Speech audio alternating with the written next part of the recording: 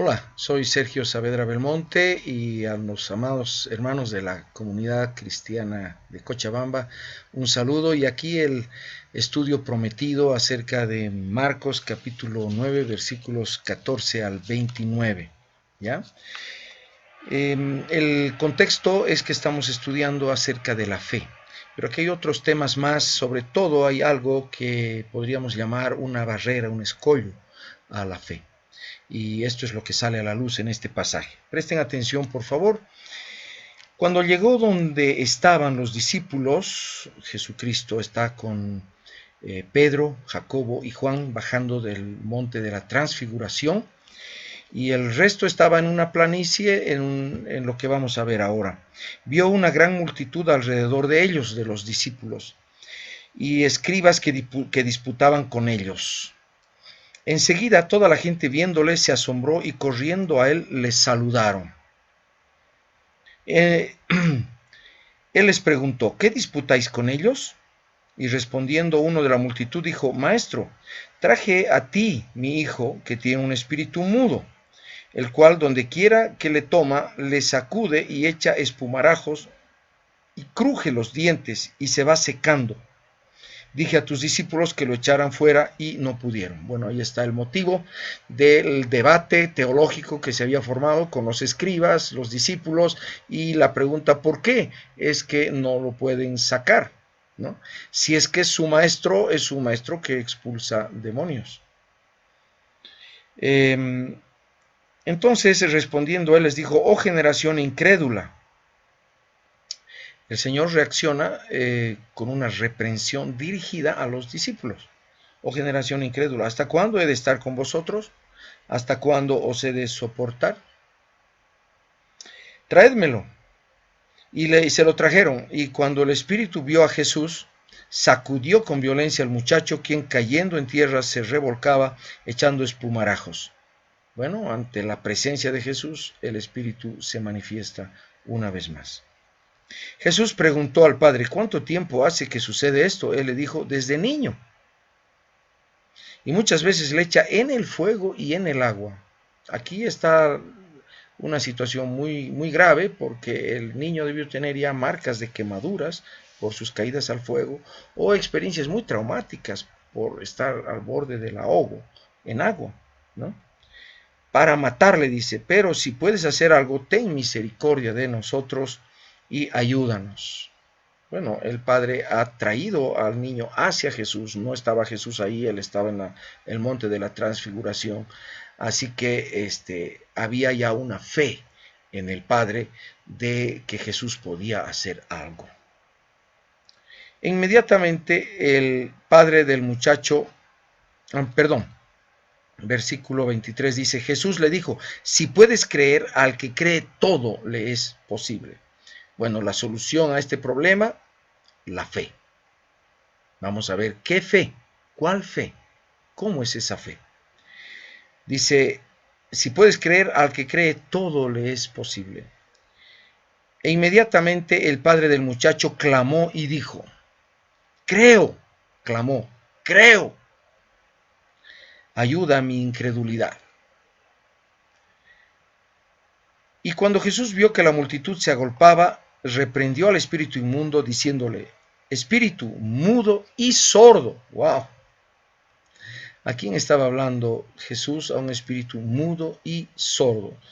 Quizás ahí radica en parte la complejidad del problema, porque en los métodos que usaban los rabinos o los exorcistas del primer siglo, se sabe que uno de los procedimientos era preguntar el nombre al demonio, llamarle por su nombre y ordenarle salir. Pero aquí tenemos un espíritu que ponía sordera y ponía mudez. O sea, no había manera de saber el nombre, ni siquiera de saber que nos estaba escuchando, ¿no?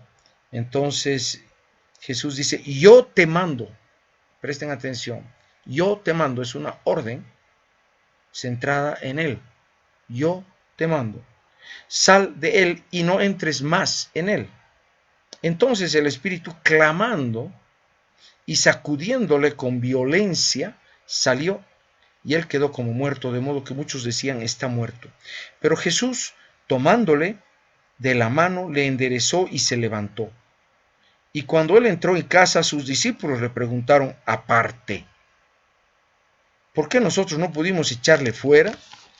Y les dijo, este género con nada puede salir sino con oración y ayuno. Bueno, este es el pasaje que queremos entender, que está centrado en esta afirmación de Jesús, si puedes creer al que cree, todo le es posible. ¿Ya? Lo primero que notamos es el gran contraste entre el problema que estaban teniendo los discípulos en no poder sacar y la sencillez con la que Jesús liberó al muchacho. Una sola orden. ¿Ya? Una sola orden. Lo cual nos lleva inmediatamente a ¿en qué consiste este tema de la liberación? La liberación consiste en una confrontación de poderes y donde el que tiene más autoridad y más poder vence al que tiene menos autoridad y menos poder. En este caso Jesús versus los demonios o el demonio. ¿Quién tiene más autoridad y más poder? Jesucristo. A un punto que aún la limitación esta de que el espíritu era o le hacía sordo y mudo al joven, no había ningún problema para esto. Entonces el Señor enfatiza que hay que creer en algo. ¿Quién es ese algo? Obviamente es Jesús, porque solo Él tiene esa autoridad y ese poder para liberar al joven de una sola orden. Entonces, cuando les reprende el Señor, que es el otro tema importante de este, cuando dice, oh generación incrédula, lo que está enfatizando es, discípulos, no están creyendo lo correcto, porque los discípulos estaban empeñados en liberar a este joven del demonio, pero era infructuoso, era un fracaso lo que estaban haciendo.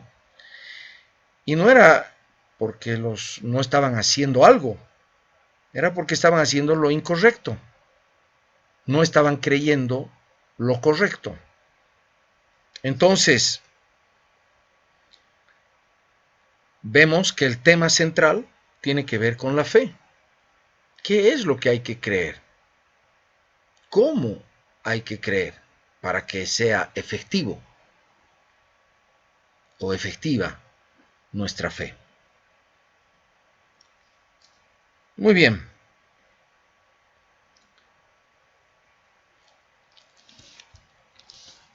Vamos a pasar al tema de la dificultad de los discípulos por la cual ellos no pudieron liberar al joven. Esto comienza mucho atrás, comienza en Marcos capítulo 6, ¿ya? 6 versículo 7, dice así, Marcos 6, 7. Después llamó a los 12 y comenzó a enviarlos de dos en dos y les dio autoridad sobre los espíritus inmundos. Estamos bastante atrás en el comienzo de la obra misionera de los discípulos en la que reciben autoridad sobre los espíritus inmundos. Y el versículo 12 dice, y saliendo predicaban a los hombres que los hombres se arrepintiesen y echaban fuera muchos demonios y ungían con aceite a muchos enfermos y los sanaban.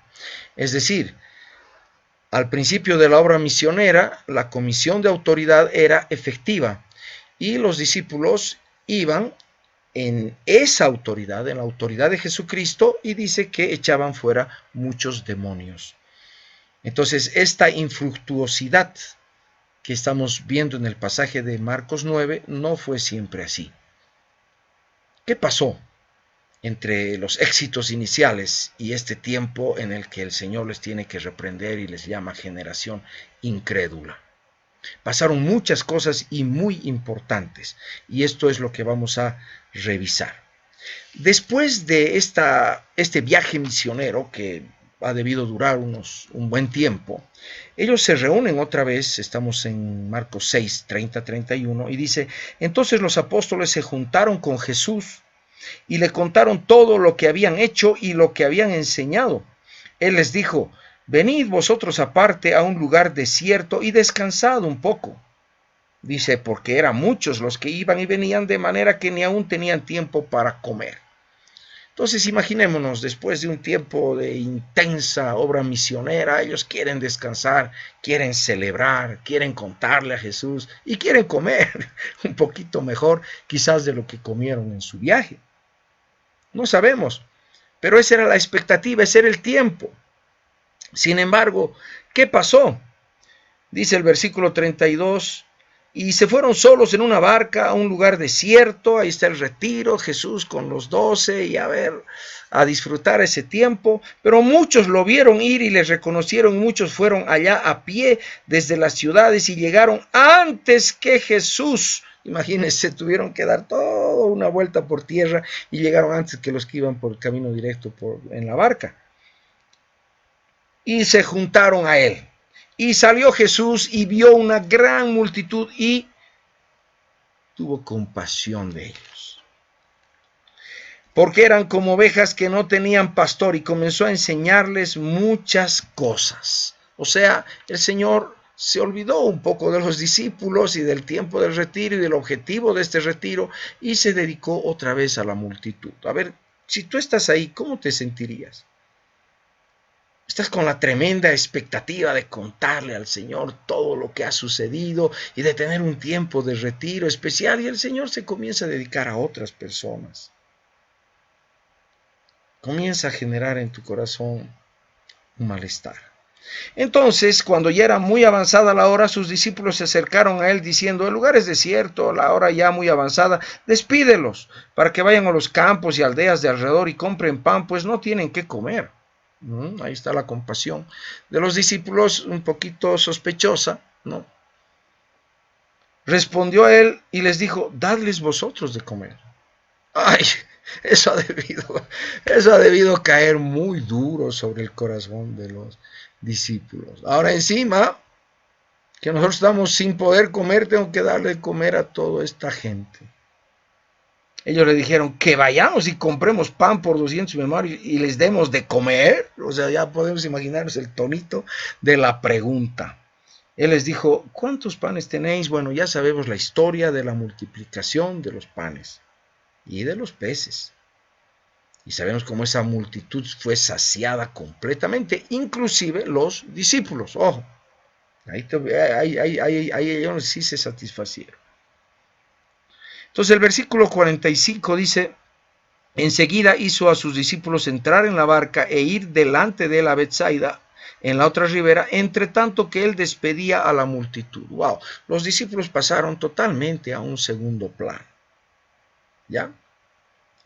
Entonces Jesús, su prioridad ahora son las multitudes, ovejas sin pastor, les da de comer, les atiende y todavía les está despidiendo, seguro atendiendo sanidades, atendiendo algunas otras cosas, y les dice a los discípulos, espérenme allá, yo voy a estar. Obviamente esto fue otro golpecito más en la actitud de los, en el yo, ¿no?, de los discípulos. Y Jesús les va al alcance caminando sobre el mar. Entonces ellos se asustan, dicen es un fantasma, etc. Y Jesús los tranquiliza, se sube a la barca, ¿no? El versículo 51, 52 dice, y subió a ellos en la barca y se calmó el viento, y ellos se asombraron en gran manera y se maravillaban, porque aún no habían entendido lo de los panes, por cuanto estaban endurecidos sus corazones. Ahora comenzamos a entender un proceso, que ellos habían dejado de mirar a Jesús, se habían comenzado a mirar hacia sí mismos, hacia su necesidad, hacia sus problemas, hacia su frustración, hacia su expectativa no cumplida por Jesús. Esto es muy duro, y comenzaron a endurecerse los corazones. Esto nos puede pasar a todos.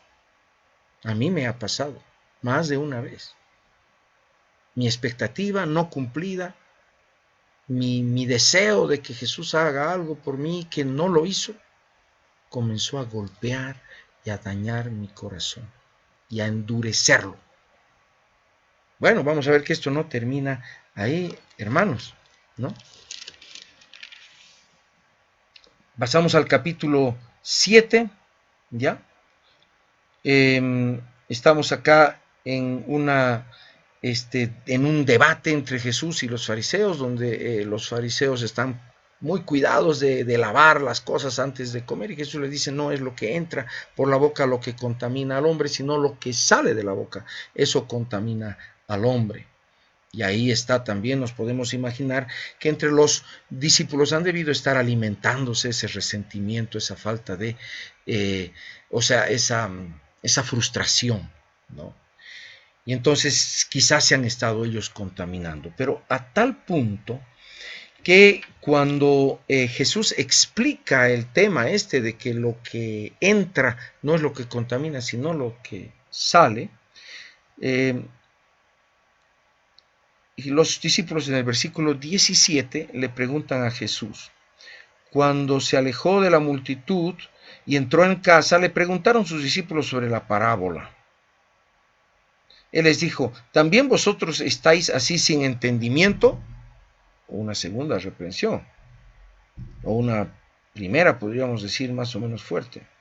¿No entendéis que todo lo de afuera que entra en el hombre no le puede contaminar, porque no entra en su corazón, sino en el vientre y sale a la letrina? Esto decía haciendo limpios todos los alimentos. Pero decía que lo que del hombre sale, eso contamina al hombre. Entonces vemos que Jesús ya les está identificando: oigan, no están comprendiendo porque sus corazones se están endureciendo. El problema no es el maestro ahí, el problema ahí es el estudiante. ¿Qué está pasando con ese corazón? Bueno, seguimos adelante. Marcos capítulo 8, versículos 14 al 21. Ellos están en la alimentación, han pasado el segundo gran milagro de la alimentación de los 4,000. Ya hubo de los 5,000, ahora es de los 4,000. Hizo el mismo método, partió el pan y alcanzó para todos. Y bueno, ellos ya tenían, hay una confirmación de que Jesús era suficiente para todo. Pero en el versículo 14 dice que habían olvidado traer pan y no tenían sino un pan consigo en la barca. Y él les mandó diciendo: mirad y guardaos de la levadura de los fariseos y de la levadura de Herodes. Bueno, aquí Jesús está hablando de la levadura de los fariseos y la levadura de Herodes. ¿Y qué entendieron los discípulos? Versículo 16. Y discutían entre sí diciendo: es porque no trajimos pan. Ay, Señor. Nos está indirecteando Jesús, nos está dando una indirecta, ¿no? Así. Nos está hablando de la levadura de Herodes porque no hemos traído el pan. O sea, ya sus corazones habían estado ya bien torciditos ya para estas alturas, ¿no? Y discutían, dice: entonces Jesús les dijo, versículo 17 del capítulo 8, ¿qué discutís porque no tenéis pan? ¿No entendéis ni comprendéis? ¿Aún tenéis endurecido vuestro corazón? Fíjense, esa reprensión ya es dura. Teniendo ojos no veis y teniendo oídos no oís y no recordáis.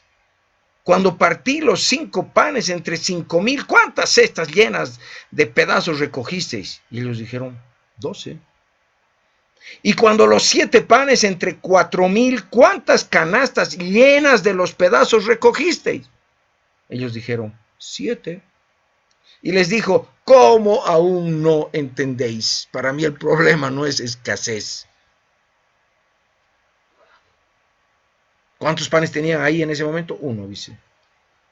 ¿Podía alcanzar para todos? Por supuesto que sí. Y estaban discutiendo: nos está hablando de la levadura de Herodes, ¿por qué no trajimos pan? Entonces, hermanos, vemos una historia en la que los ojos de los discípulos, su entendimiento se va nublando poco a poco porque se va endureciendo el corazón, porque Jesús no ha cumplido algo, una expectativa que ellos tenían acerca de él. Y esto puede ir de mal en peor. Y esto es serio. Fíjense que el versículo 33, vamos a ir a 8, capítulo primero, versículo 27 primero, al final dice, ¿quién dicen los hombres que soy yo? Ellos respondieron, unos Juan el Bautista, otros Elías y otros algunos de los profetas. Entonces él les dijo, ¿y vosotros quién decís que soy? Respondiendo Pedro le dijo, tú eres el Cristo. Bueno, aquí Pedro pasó el examen y lo pasó con 10 sobre 10. Ese es el punto. Jesús quería que sus discípulos sepan que Él es el Cristo. Él es el cumplimiento de todas las profecías del Antiguo Testamento. Él es el personaje central de la historia humana, el Mesías, enviado a salvar y a gobernar el mundo. Y Pedro lo dijo. Pero fíjense cómo esa fe es solo intelectual. Porque acto seguido comenzó a enseñarles, dice el versículo 31, enseñarles que le era necesario al Hijo del Hombre padecer muchas cosas y ser desechado por los ancianos, por los principales sacerdotes y por los escribas, y ser muerto y resucitar después de 3 días. ¡Wow! Esto les decía claramente. Entonces Pedro le tomó aparte y comenzó a reconvenirle. Ay, este señor que se va a hacer matar, que no sé, que va a dejar las promesas a medio cumplir. No, tenemos que llamarle a la reflexión, ¿no? Pero él, volviéndose y mirando a los discípulos, reprendió a Pedro diciendo, quítate delante de mí, Satanás, porque no pones la mira en las cosas de Dios, sino en las de los hombres. Bueno, ahí está. Pedro, la confesión perfecta. Pero acto seguido, cuando comenzamos a ver las implicaciones de esta confesión, falló la fe. Ahí ya es el hombre. Ya este es Jesús que está metiendo la pata, que se está yendo a hacer matar. Tenemos que llamarle la atención. Entonces Jesús francamente los reprende, como si fuera un hombre influido por un demonio. Entonces, en Marcos capítulo 9, versículos 9 y 10, tenemos la transfiguración. Jesús dice, algunos de ustedes van a ver las glorias del reino antes de morir. Y se los lleva a 3 de ellos, a Juan, Jacobo y Pedro, a un monte, y ahí se transfigura en toda su gloria y escuchan una voz del cielo que dice, este es mi hijo amado, a él oíd. Incluso ven a Elías y a Moisés vivos ahí presentes. Recordemos que ninguno de ellos murió, o sea, no tenemos sus sepulcros ni sus cadáveres, ¿no? Elías fue llevado en un carro de fuego y Moisés se fue a un monte y desapareció. No sabemos qué pasó de él. Eso cuentan las escrituras. Pero ahí están otra vez, hablando con Jesús, los dos. Los 3, digamos, en un diálogo fantástico sobre las cosas que habían de suceder. Y entonces termina ese evento glorioso, están bajando de la montaña y dice, y descendiendo ellos del monte, estamos en Marcos 9, versículo 9, descendiendo ellos del monte les mandó que a nadie dijesen lo que habían visto, sino cuando el Hijo del Hombre hubiese resucitado de los muertos. Había un evento que tenía que ocurrir en el futuro, el Hijo del Hombre debía resucitar de los muertos. Y guardaron la palabra entre sí, o sea, entre los 3, discutiendo qué sería aquello de resucitar de los muertos. Estaban realmente recibiendo una papa caliente y se la pasaban entre ellos. ¿Qué será lo que habrá dicho? O sea, que este tema de la resurrección de los muertos. No entendían que Dios es un Dios de vivos, que la muerte es un invasor y que Jesús ha venido a conquistarla. y que con su resurrección nos abre la esperanza a toda la humanidad, a todos los que podemos confiar en Él, que la muerte no es el fin. Tremendo.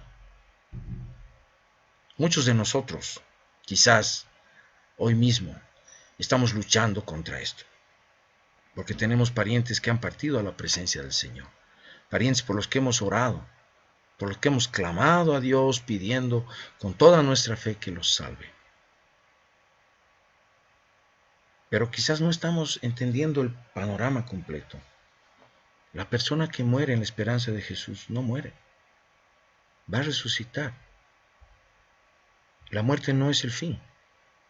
Pero cuando el corazón está endurecido, entonces hay ciertas verdades espirituales fuertes, como esto de la resurrección, que no logran entrar. Rebotan, clink, clink, clink, clink. Entonces el triunfo de la vida eterna para ellos era un misterio, una cosa difícil de comprender. No podían pasar. El hecho de que las profecías del Antiguo Testamento hablen de que el Mesías iba a gobernar en un gobierno eterno, sin principio ni fin, en un gobierno global, cósmico. Eso quedaba en solo la palabrita, tú eres el Cristo, pero no habían más implicaciones.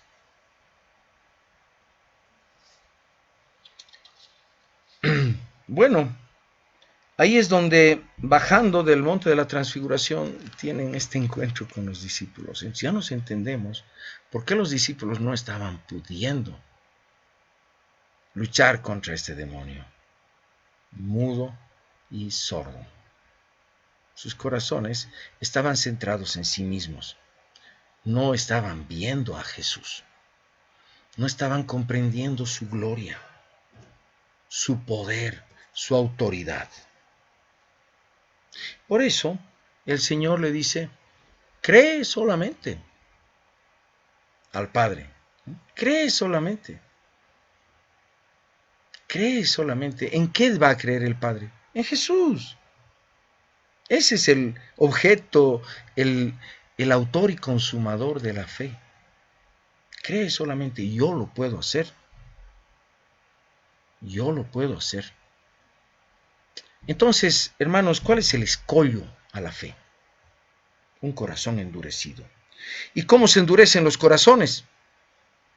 Cuando lamentablemente somos decepcionados en nuestra fe en Jesús. Cuando hemos puesto la fe y no se ha hecho lo que esperábamos. Entonces, mucho cuidado con esta actitud, porque puede hacer que nos centremos tanto en nosotros mismos que nuestra fe se vuelve totalmente inoperante. Entonces, al final, el Señor les dice a todos, el versículo 28 del capítulo 9 dice, cuando él entró en casa, sus discípulos le preguntaron aparte, ¿por qué nosotros no pudimos echarle fuera? La respuesta de Jesús es bien profunda. Dice, Él les dijo, este género con nada puede salir, sino con oración y ayuno. O sea, en otras palabras, queridos, ustedes lo están haciendo en sus fuerzas. Ustedes lo están haciendo por los métodos. Ustedes están queriendo enfrentar los poderes de las tinieblas con los poderes caídos del hombre pecador. No funciona así. Tenemos que orar. ¿Y qué es orar? Reconocer la máxima autoridad de Jesucristo. Ahí está Mateo capítulo 6, versículos 9 y 10, la oración que nuestro Señor nos enseñó. Padre nuestro que estás en los cielos, santificado sea tu nombre. En primer lugar, me voy a concentrar en Él, no en mí.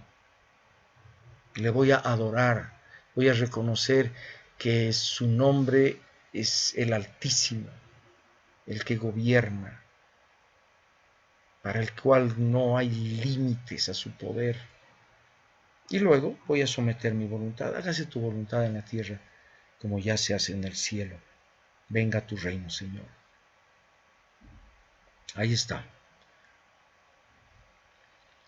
Esa es la oración que necesitamos cultivar, el reconocer la autoridad y la voluntad de Dios por encima de la nuestra. Eso les faltó a estos jóvenes. Cuando estaban entre los panes y los peces, no estaban sometiendo su voluntad a la voluntad de Jesús. Jesús quería atender a esa gente. Ellos querían ser atendidos por Jesús. Había una contradicción de voluntades. Esto se hubiera resuelto si ellos con humildad, muriendo a sí mismos, hubieran sujetado su voluntad. Hubieran dicho, bueno, Señor, ok, lo dejamos para más tarde el retiro, ahora nos ponemos a atender a los que tú quieres atender. Hay una muerte, ¿no? Hay una cruz ahí. Hay una cruz ahí. Y el Señor más tarde les explicó eso. Le dijo, si quieres seguirme, lleva tu cruz. O sea, no es tu voluntad, es la mía la que se va a hacer. Y el ayuno. ¿Qué es el ayuno? El ayuno, hermanos, no es privarse del alimento por privarse del alimento o para doblarle el brazo a Dios a que haga lo que queramos. El ayuno es abstenerse del alimento material para alimentarnos del alimento espiritual. ¿Cuál es el alimento espiritual? La palabra de Dios. Si yo voy a ayunar no es porque estoy con mi cara larga y miren cómo estoy ayunando. No, para ayunar es decir, discúlpeme, me voy a encerrar en mi cuarto, ¿a qué? A estudiar la palabra. Voy a dedicar este tiempo a conocer mejor a Jesús, a estar en comunión con Él. Quiero que Él esté presente en mi estudio, por eso no voy a permitir que el alimento me distraiga. ¿Se entiende? Entonces, hermanos, el ayuno y la oración no son un requisito, una obra para tener más poder y en nuestras fuerzas sacar al demonio. Es el requisito para tener mayor comunión con el Señor. Y en base a esa comunión, a un conocimiento correcto de Él, hacer la obra.